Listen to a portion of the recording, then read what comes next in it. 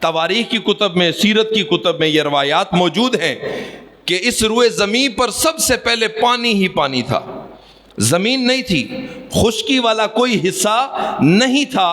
جہاں پر بیت اللہ شریف ہے یہاں سے اس پانی کے اوپر سے کوئی جھاگ نمودار ہوئی، اس جھاگ سے ایک پتھر نمودار ہوا، اس پتھر پر جبریل علیہ السلام کو حکم ہوا، انہوں نے پر مارا تو زمین کا حصہ وہاں سے پھیل گیا، اتنا پھیل گیا۔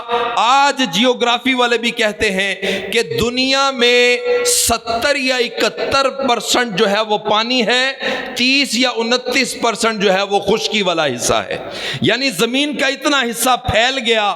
یہاں پر پھر کعبۃ اللہ بنایا گیا۔ جس وقت زمین کا یہ حصہ پھیل گیا تو اب یہ پانی کے اوپر ایسے ایسے ہونے لگا، جیسے کشتی سمندر کے اندر ہچکولے لیتی ہے، یہ زمین بھی ایسے ہچکولے لینے لگ گئی۔ تو اس کو ساکن کرنے کے لیے، اس کو ٹھہرانے کے لیے اللہ تعالیٰ نے والجبال اوتادا، اللہ نے کل اس میں ٹھونک دیے۔ کیا ٹھونک دیے؟ کل۔ وہ آپ کے اور ہمارے کل نہیں تھے، لوہے کے یا سٹیل کے کل جو ہم لے کے آتے ہیں، وہ اللہ کے کل تھے۔ اللہ کے کل کیا ہیں؟ پہاڑ ہیں۔ اللہ نے پہاڑوں کے ذریعے اس کو ساکن کیا۔ تو سب سے پہلا جو پہاڑ نصب کیا گیا وہ بیت اللہ کے سامنے جبل ابو قبیس کا پہاڑ ہے۔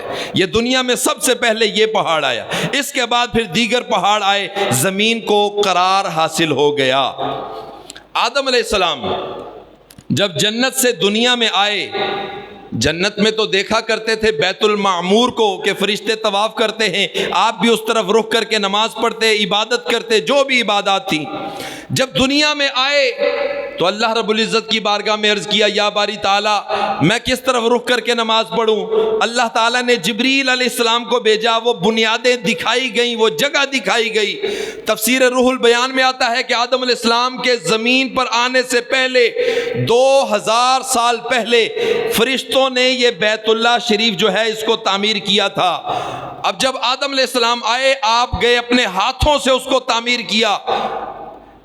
جب طوفان نوح آیا تو یہ ساری بلڈنگ جو ہے منہدم ہو گئی۔ پھر جب ابراہیم علیہ السلام آئے، اللہ تبارک و تعالیٰ نے وَإِذْ يَرْفَعُ إِبْرَاهِيمُ الْقَوَاعِدَ مِنَ الْبَيْتِ وَإِسْمَاعِيلُ، حضرت ابراہیم علیہ السلام اور حضرت اسماعیل علیہ السلام نے انہی بنیادوں کے اوپر اس کی تعمیر دوبارہ کی، دوبارہ یہ بیت اللہ شریف کو تعمیر کیا۔ حضرت اسماعیل علیہ السلام اینٹیں پکڑا رہے ہیں، حضرت ابراہیم علیہ السلام دیواریں بناتے جا رہے ہیں۔